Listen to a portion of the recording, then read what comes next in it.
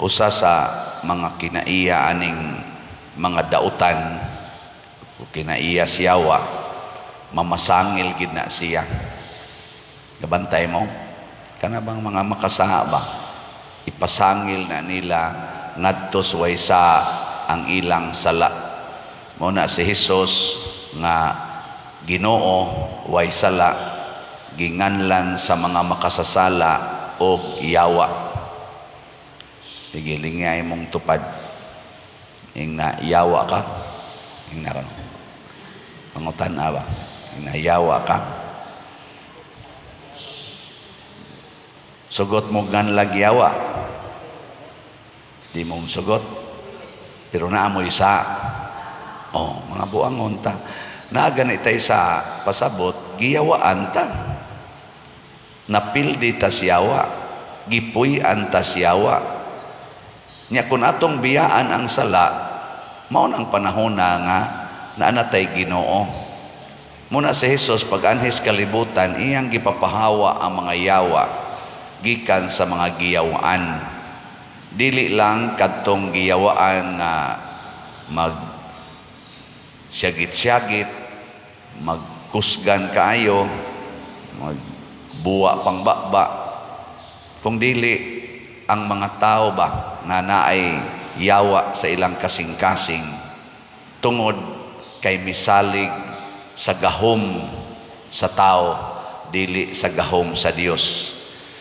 Matagsalig nato sa gahom sa tao, nabuntog na ta siyawa. Kung wa kay kwarta, asa man ka mosalig, sa gahom sa dunay kwarta o sa gahom sa Ginoo? Kita din hiro narabatay baligyag slat, asa man ko mosalig, sa makapalit og slat o sa kanang wa gyud palit-palit? Nisalig ko sa Ginoo nga maoy muhonghong sa kasing-kasing sa naay mga kwarta aron mo palit og slat, kay naay daghan kayong nagsigig paminaw nako aning atong wali, sigig kadungog aning atong mga humili o ka mga hangyo, pero inigsulti na nato partig slat, murag wa gyoy epekto ba, kay wa patanduga ang kasing-kasing. Og mao na ang gitawag nato sala batok sa Espiritu Santo, kana bitang mahimo natang hardened heart, kanang dili na ta kamaong maminaw sa pulong sa Ginoo. Muna si Hesus niingon siya, ang sala batok sa Espiritu Santo di gid na mapasaylo, kay di man na mapapas. Nganong di man mapapas? Kay di man gyud mangayog pasaylo kining mga tao nga nagsalig sa ilang tawhanong katakos, tawhanong gahom. Labi na gyud kung makahimo na silang sala, sama anang korupsyon. Kanang korupsyon, mga tao na nga nangandoy kwarta niya, sa ilang pagpangandoy kwarta naghimo silang anomalya sa gobyerno o sa simbahan, o niya ila nang i-justify og di gina sila moangkon nga nagkorupsyon na sila, di ba? Mo nang di gyud mapasaylo, kay di man gid sila moangkon. Kay ang pagpapas sa sala nagkinahanglan magpagpaubos, moangkon o niya mo himo sa angay buhaton aron pag kanabang gitawag na to mahulipan ang kadautan nga nabukmugna tungod sa atong sala. Muna si David diri sa unang pagbasa, gidihugan siya nga hari, puli adtong namatay nga hari nga si Saul. Samtang si David gidihugan na ni Samuel, batan-on pa siya, nialagad siya sa hari nga buangon kadto si Saul, masinupakon sa Ginoo, kusog kay mo justify siyang sala. Ang mga tao nagtan-aw ni David nga mao gyud ilang hero, kay bisan pag si Saul mo ilang hari, si David man mo ikusog kayong mo buntog sa ilang mga kaaway. Ug unsa may naa ni David nga nakapahimo niyang kusgan ug nakapahimo niyang gamhanan batok sa ilang kaaway nga wa didto ni Saul nga mao gyoy present nga hari. Hibaw mo. Lingi ay mong tupad ing na kaybaw ka unsay naa ni David. Wa mo maminaw des. Unsa to'y tubag nato sa Salmo? Sa to'y tubag nato? Wa na sa wa. Ang akong kamatinud-anon o gugma magauban kaniya. Ang gipasabot ani si David. Ang kamatinud-anon o ang gugma sa Ginoo. Kana mangong Ginoo, truth and love. God is truth, God is love. Kamoron, unsay nag-uban ninyo? Nag-uban ba ninyo ang kamatinud-anon o gugmas Ginoo? Di ba gyud mo mamakak? Kinsa giwa ka pamakak nining tuig 2024 hangtod karon, kinsa ninyo dinhi ang wa pagyud ka pamakak nining 22 pa kaadlaw nga nisod ang 2024, kinsa ninyo ang wa pagyud ka pamakak ta sa kamot? Mayo na ay tulo ka buok ni Isa nya ana ra sad lang inisahan kay gaduda pa sila ini sila time sa ha time sa wa ba jud ko ka pamakak. Oy, ang kabakakon mo'y mag-uban nato, igo din ta siyawa. Gugma, sige. Kinsa ninyo din hining tuig 2024, 22 pa kaadlaw milabay, nga wa gyud makasuko or makasapot sa inyong kinabuhi. Bisag kausa lang, ta sa kamot. Tanawa, 22 pa lang kaadlaw, pildi na ta siyawa. Nga naman, wa mag-uban nato ang kamatinud-anon o gugma sa Dios. Si David, nag-uban niya ang kamatinud-anon sa Dios. Ug unsa may kamatuoran nga gidawat ni David. Kadto gigukod siya ni Saul kay gustong patyon, niingon si David, unsa may gipangita sa hari sa Israel, patay nga iro o usa ka pulgas? Giisip ni David ang iyang kaugalingon nga patay nga iro or usa ka pulgas. Doon na bagod na ibili kanang patay nga iro. Mubalyo mo anang iro nga maligsas da plisdan.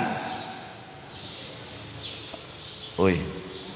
Okay, inyong iro, mubalyo mo. Pero kanang makita lang kag patay nga iro ba?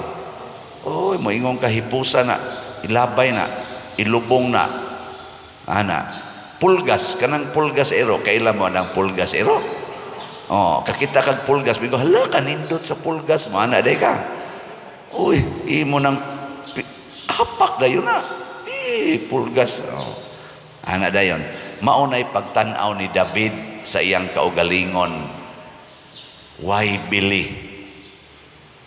Ikaduhang kabatuoran nga gidawat ni David, nga iya ganin ang gisuwat sa Psalm 23. Niingon siya, the Lord is my shepherd, there is nothing I shall want. Nituusan si David og iyang gidawat ang kamatuoran nga kun ang Ginoo nay akong sundon, kun ang Ginoo nay mag-uban nako, wala na gyud koy pangitaon pa. Mao na siya mao na para nako duha ka kamatuoran nga gipuy-an ni Hari David. Ako bitaw dinhi naningkamot gyud ko paghuna-huna bisan pa niining tanang nahitabo ron sa atong parokya, nahitabo sa kong kaugalingon, nga kapoy na kaisigig ngisi basta adto ko sa laing parokya. Kana bang piniktura ito the max gyud unya nagsigig kuan layog-layog diri padir tan-aw diri siging sinilpihay. Ini tapos anak tanan anang mahumanan na mga 20 minutos, mga 30 minutos, usahay sige ngisi. Ani-ani. Nighuman ana, moingon ra gyud ko, Lord, imo tong tanan. Salamat sa imong paggamit nako nga nalipay sila nga nakakita og pari, nagpa-picture og pari. Pero wa gyud koy angay kun ako lang. Wa gyud koy angay. Imo ra gining kuhaon kundi nakakauyon ani. I-disown. Unay mangutana nako, Pader, wa ka ma-stress anang imong sige ko ang mura na kag celebrity nako. Disown. At the end of the day, wa gyud koy giangkon anang ako. Pwede ra gyud kog mamatay anytime. Di ba? Nindot atong bation kay wa gyud pressure. Di ta magsigig pa-official, dili kay ug ma-conscious na ko ana magpa-official nako, akong buhok ako na ning pakuluran, kay aron nindot ko tan-awon, akong pilok ako na tingali ning sumpayan, kay para gyud mo nindot ko tan-awon sa kamera, kay daghan na ra bang mo picture nako, inaana no? Posible ba kun ma-conscious na ko aning maong gihatag sa Ginoo nga kun tan-awon dili gyud para ako, gigamit las Ginoo karong mga panahon na para unsa man para ra gid ni slot, para nako, para slot ra gid ni. Og kining nahitabo nako karon nga makabaligya gyud slot, ako sa ning giisip nga Ginoo ang naghimo ani. Kung di gyud tandugon sa Ginoo ang kasing-kasing sa naminaw nako, wa gyud koy mahimo. Iligi ay mong tupad. Ing nanatandog kas gisulting Pader bahig slot. Ikaw na ba ing na? Ing nanatandog ka, nya ingon gani. Okay raman, anad naman ko ana niya. Sa ato pa do na kay yawa tingali. Pero moingon ka, bitaw no, sige jud tagpalit kay sus kanindot ana para gina sa simbahan. Mo na ako na sang i-report ninyo ang mga nangatandog. As of yesterday, ang atong SBF DAG para sa atong kumbinto, padayon lang ni hinay-hinay, nahalina na tag 8,189 kaslots, na apay 51,811 kaslots nga available.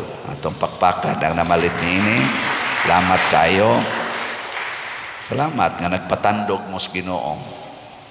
Na iniingon ako nga, Pader, ako na gining i-promise kada nagyud ko sweldo mo palit og slot nako.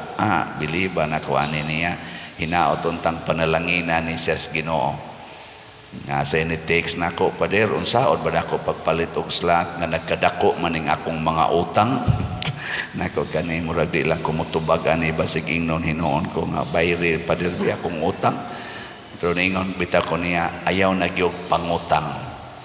Sunda ang Ginoo nga wa gyud magsugo nga pangutang kamo. Ay nagyog pangutang. Text din siya nako. Unya, Pader, kining akong mga estudyante, di man ginako makaya sa akong sweldo, makautang man gyud ko. Nako, ayaw nagpa-eskwelaha. Di ba? Kining akong maintenance, Pader, di man ko makaya na ani, dako man kay akong maintenance, ayaw na pag-maintenance. Ana. Unyag mamatay ko, Pader, britso kas langit. Di ba? Nga ato maginalisod-lisod. Di ba? Nga maglisod-lisod magitas kinabuhi. Nga magpa-eskwelahon ni mo imong anak, din adi na mamatay, patay gyapon. Nga madag mag-maintenance ka, di na di ka mamatay, patay gyapon. Nya wa man ka kay kaya.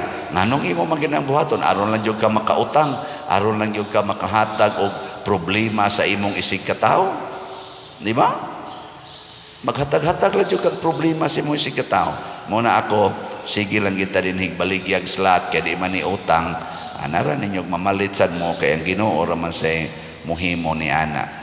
Ang ato sang Healing Joy of Santo Niño, it's GSN, para nis atong sinulog celebration or pit senior sa nato din sa atong parokya na nasa tayhalin nga 5,049 kaslots, na apay 14,951 kaslots nga available, tag 100 pesos per slot rani. Lain na sang pakpak atong pakpakan.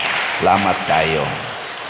Kutob rani sa February 3. Kuan raman 14,000 naman lang ni gato gining paliton, dali ni mahurot. Pero dako kay nig ikahatag nga kalipay o pagpalambo sa atong debosyon ni Santo Niño o transformations kasing-kasing.